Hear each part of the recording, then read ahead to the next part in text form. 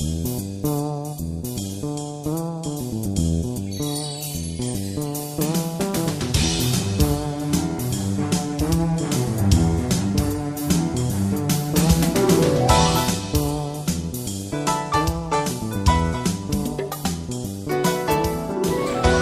everybody. I just want to say thank you to the IAB, thank you to Alex, and thank you to yourselves for having me here today on behalf of Google.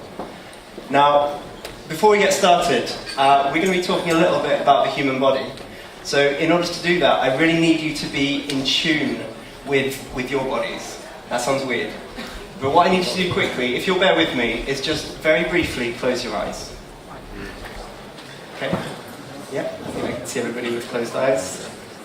So I want you to picture yourselves on a beach, the most beautiful beach you've ever been on.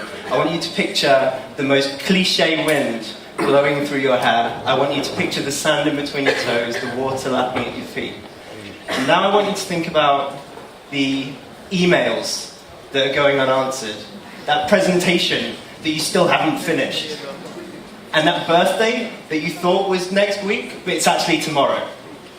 Yeah? I can see like 3 people getting their phones out already, just like... So hopefully the feeling that some of you felt was stress. And stress is a really interesting emotion. It's interesting because it's been implicated and blamed for all kinds of maladies, such as depression, such as insomnia, heart disease, diabetes. I should probably apologise at this point for that exercise. It's also been blamed for stomach ulcers. And stomach ulcers are an interesting case. They're sores that develop in the stomach, and they can cause all kinds of complications. They can cause severe pain, they can cause internal bleeding, they can even cause fatality. So anybody who knows somebody who's had a sore, a stomach ulcer before, will know just how unsettling they can be. And they aren't the only people who are unsettled. In fact, in 1982, hence the sepia photo, in 1982, Barry Marshall and Robin Warren were extremely unsettled. And they weren't unsettled because they were suffering any sores or any problems themselves. They were unsettled because they had spotted a pattern in the data. They'd seen a pattern where they had observed that people who were suffering from this illness all had a unique bacteria in the stomach, a bacteria that would become known as H. pylori. And they'd published a thesis on this. It had gone out to the medical community, and the medical community had the opportunity to react. They reacted with contempt. And the reason they reacted with contempt was because it was a well-established fact that bacteria could not survive in an environment as acidic as the stomach. And on top of that, it was already well known that stress was the main cause of stomach ulcers. This had been known for years. So, unable to replicate their findings in rats or pigs, unfortunately if you're a rat or a pig, unfortunately this bacteria can't take hold in anything other than a primate. And barred from testing on primates, barred from testing on humans, they couldn't take their research any further. So Barry Marshall decided he was going to ingest a vial of this bacteria himself, expecting within a number of years to exhibit some of the symptoms of a stomach ulcer. This was the known kind of gestation period. It was 3 days before he would exhibit the symptoms and be diagnosed with an ulcer. It would be 2 weeks before he'd cure himself with antibiotics. And it was 21 years before the pair would win a Nobel Prize in Physiology for identifying the link between H. pylori and stomach ulcers. And for somebody like me, this kind of story is such a dream. And it's a dream for me because I'm a problem finder at Google. And although we're not going to be winning any Nobel Prizes anytime soon, we are looking for patterns in data. We're looking for user problems. These could be behavioral, they could be perceptual, they could be emotional. But these are problems that we can work with brands to help solve with technology. We're the Zoo, and we are Google's creative think tank for brands and agencies, working with creative agencies and brands to help solve some of these problems that users are struggling with. Some of the projects that we've worked on in the past 2 years, I'd just like to share a few quick examples as a team. We worked on Pedigree Found, which helped to create digital posters which could move faster than your dog after you lose your dog for the first time, after identifying those frenzied first moments, after you first lost your animal, those emotional moments, and helping to solve that problem. We worked with Zalando to develop the world's first artificially intelligent fashion designer, and this was responding to having identified that the demand for fast fashion, for new fashions, was outstripping supply despite their huge swathe of staff. We worked on a walk through dementia. This was a simulated experience of Alzheimer's to build an empathic experience for users. And this was after identifying an emotional gap, a perceptual gap between the symptoms, the perceived symptoms of Alzheimer's and the actual symptoms of Alzheimer's. A couple more quick ones. We worked on Mission Impossible for Ted after identifying the number of people that just walk past a store window shopping versus the number who go in, and the same digital behaviour, trying to bring them in store with voice activation. And lastly, from Mikado, Glee Code, after identifying that parents wanted to prepare their children for a digital future, and this was an accelerating behaviour. Now, these projects have all been taking place in a landscape which has been moving from intuition-led, from gut-led, to data-driven. And that's really the story I'd like to take you on today. That's the journey. I'd like to take you behind the scenes into how in the UK market this has been evolving. And I'd really like to give you a glimpse into Serbia's future. And I hope you'll bear with me on that. So, as you may have guessed, the first phase in this kind of journey is this digital revolution. If you don't have data, it's very difficult to use that data. And digital mediums are really what have been providing that kind of real-time, rapid, scaled, representative data that can really show you how people are behaving and what they need. And although, as you can tell from my accent, I'm no expert on Serbia, I have been speaking with plenty of your people, and I hear the two same sentences come up again and again and again. The UK is so much more advanced, and Serbia isn't digital. And these are two things I'd really like to explore today. Starting with, if Serbia isn't digital, what is Serbia?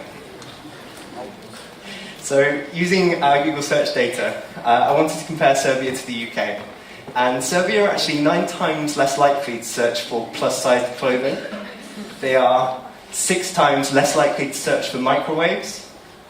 And you are 6 times less likely to search for fire alarms.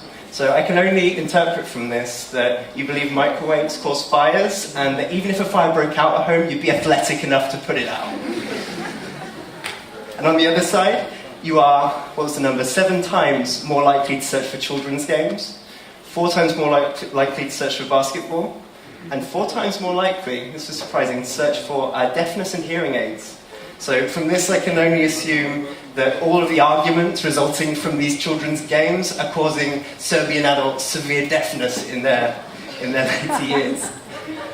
All very fun, but I wanted to look at Serbian media, and this data is harder to get hold of. We've seen some data from the IAB already this morning, but I wanted to compare Serbia to the rest of the world, kind of give you that sense of global scale, see where you really position. And I compiled a data set of 41 countries. This was using publicly available data, which have been published by a number of different sources, Nielsen, Group M, Xenophobia Media, even the New York Times.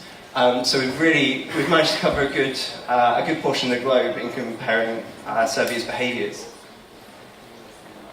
So first off, Serbians spend 27% more time with media than the UK. You're spending a lot of your time on devices, watching TV, etc. And on the global scale, you can actually see Romania's top, which I thought was quite interesting, but the gap is phenomenal. Despite this, the UK is spending 100 times more on advertising. And I know what you're thinking. Sure, but you have a much bigger population. That's fair, so we can go deeper.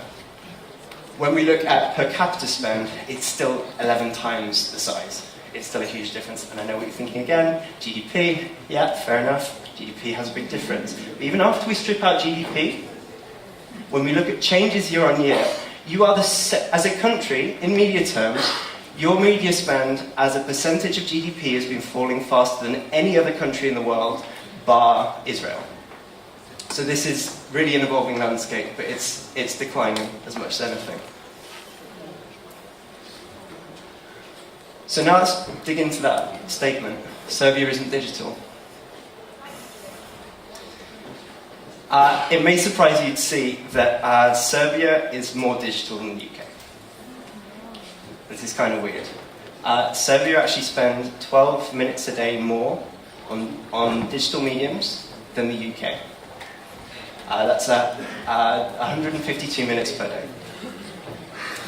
And even when we break that down on a percent of consumption basis, we still see that Serbia is above the global average in terms of how much digital media you consume, even if it does fall slightly behind the UK.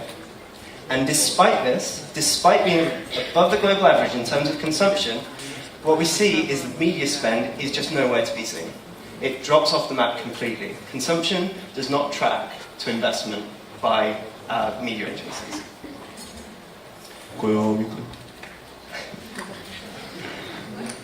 This isn't just a trend that's limited to Serbia in the region. What we actually see is this huge red area, which is above global average consumption on the left, and it turns blue all of a sudden when you look at media investment. This is a regional issue. And yet you see countries like Russia, which are blue, they're under-consuming and yet overspending. It's an interesting trend in this region, and one that doesn't seem to correlate with the rest of the world.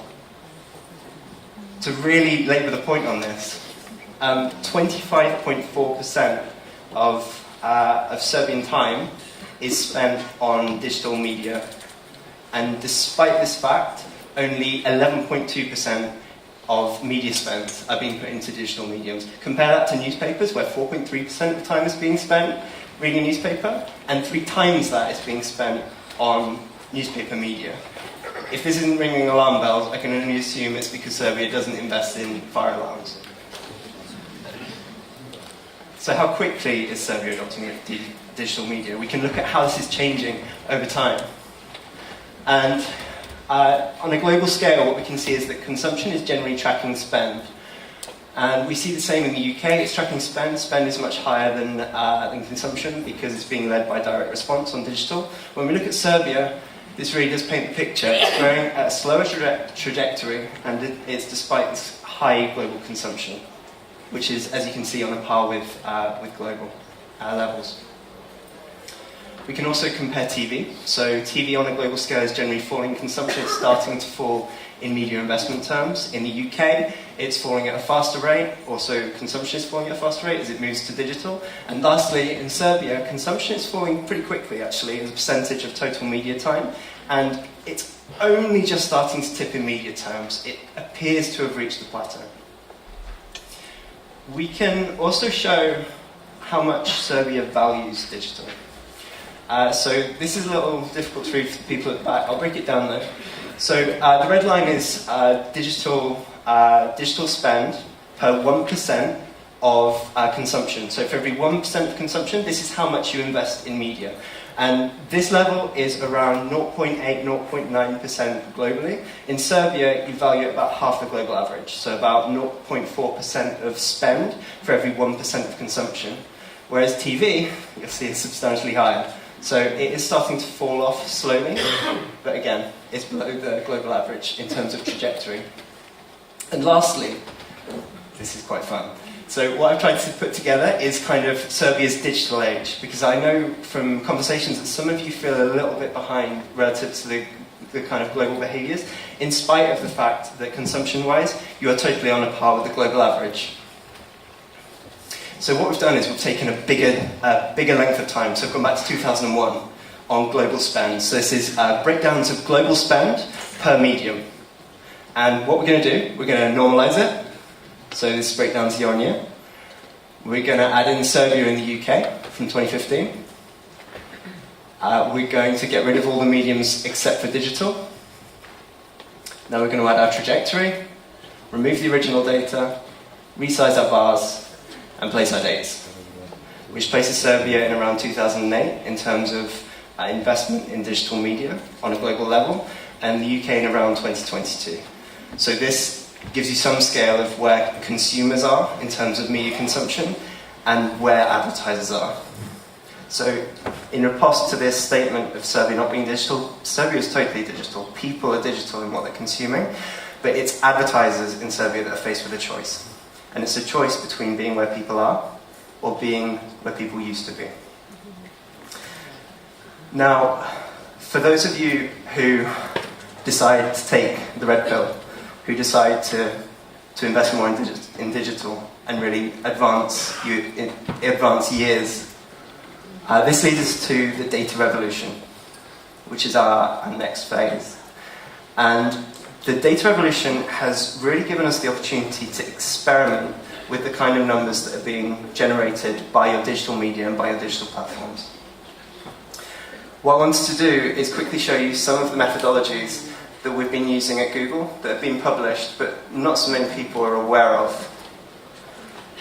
So this has really changed the landscape of planning, of strategy, from moving from empathy experiences and cognitive surveys, these kind of going out and doing more ethnographic work, to be able to introduce this new bucket of web economics, understanding the supply and demand changes of the web at scale, not just of the web, but in terms of your business and in terms of the media that you've been producing. So these are some of the methodologies that we use. One is k-means clustering, time series clustering. This lets us take time series. You could do this for anything. You could do this for searches on a website, for email campaigns, for YouTube campaigns, search campaigns. If you have data science capability and analytical capability, this is totally feasible. This places time series into different groupings effectively and lets you identify trends either for your business or in this case on a global level, such as identifying that Po is a dish which is really rising in consumption in food terms. We also use the Cloud Video Intelligence API. This is in beta currently, but anybody globally can apply to be on that beta. What you can do with this is look frame by frame at a video and append what's in it, like an encyclopedia. It's using machine vision to identify what's in those videos. What becomes really cool is when you do it at scale. Because when you do it at scale, you can pick a single topic. So you could pick, for example, boxing, and look at everything that's linked to boxing and how many times it appears in a number of different videos. And from that, you can derive supply and demand.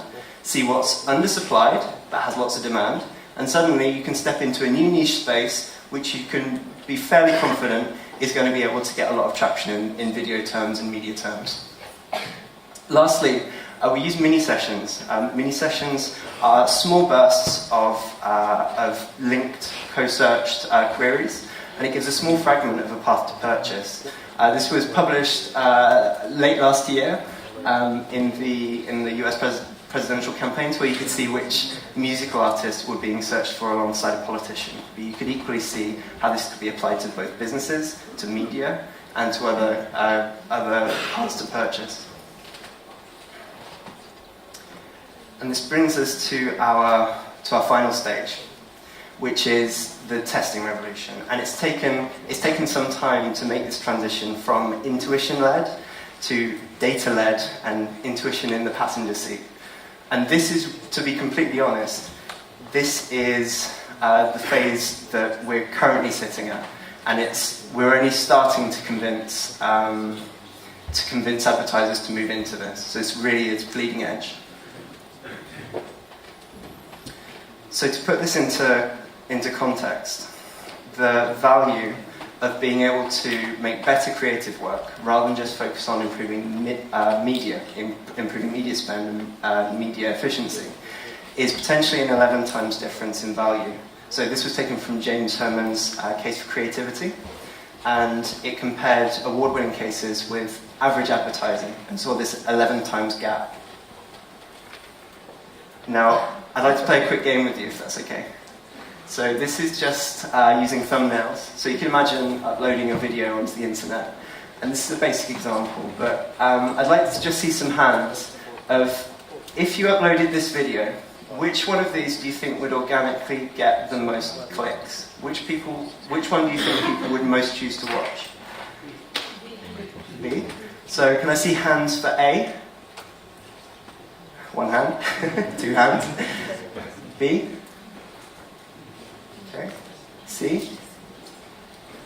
And D. More hands. Most hands for D. It is D.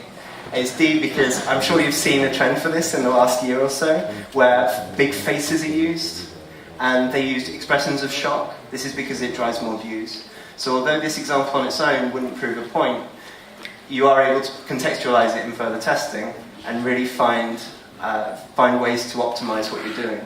So this doesn't just have to be applied to something like thumbnails. This is now being applied to videos. So this was a case we did with Trident, where they were curious whether at the start of a video, it made a difference whether somebody was putting their gum in their mouth or wasn't putting their gum in their mouth in terms of impact on brand measurement. And I'd just like to see some hands again. Bear in mind, the only difference is that 1 second at the start of putting chewing gum in your mouth. Which one of these two do you think has had the bigger impact on brand measurement? So if you think it's the example on the left, can you raise your hand? Okay. And if you think it's the example on the right? So most people think it's the example on the left. That's putting gum in your mouth, right? And we found a really unintuitive response. Really unintuitive. And that's really the benefit of being able to test at scale. To find the optimal media solution and go in completely different directions, or test methodically to be able to find what has the bigger impact on your brand through video media. So some of you are going to be curious how to kind of join in. Some of you are just going to want to go to the bar and grab a big drink, and I totally understand both directions. But for those of you who do want to jump forward, to really push Serbia forward in terms of how you develop in the digital space, I can make a recommendation to you. And that recommendation is to test a format. That format is bumper ads on YouTube. 6-second ads, very short formats. But what this is really conducive to is short bursts of testing. You can make very cheap, creative tests, make 9, 10, 12 pieces of content, and help to push yourselves towards that 11 times difference in what creative advertising is able to achieve. And that's everything I have to show today.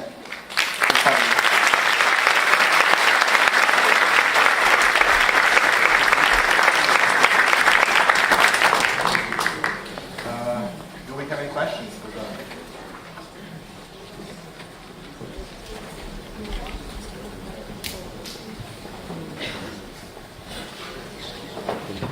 Up there.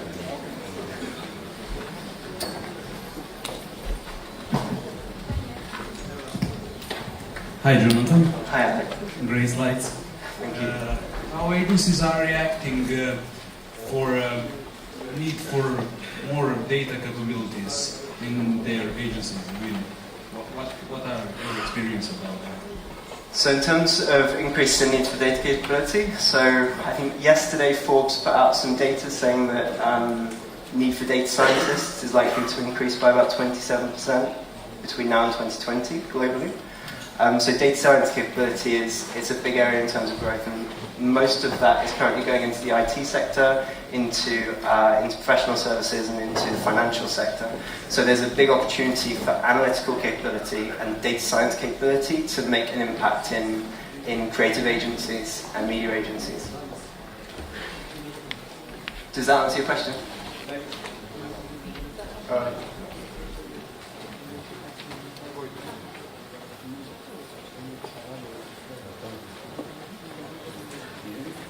No.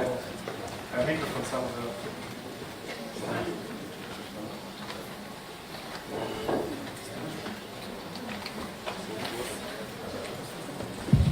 There we go.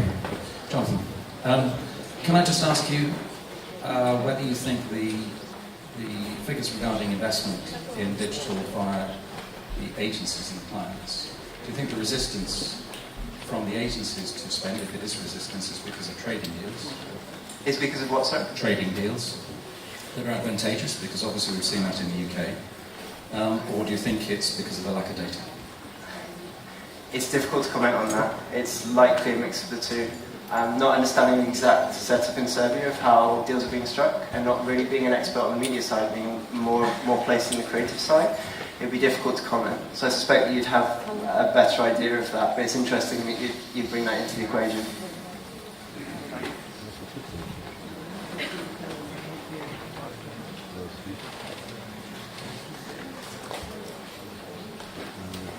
Any more questions?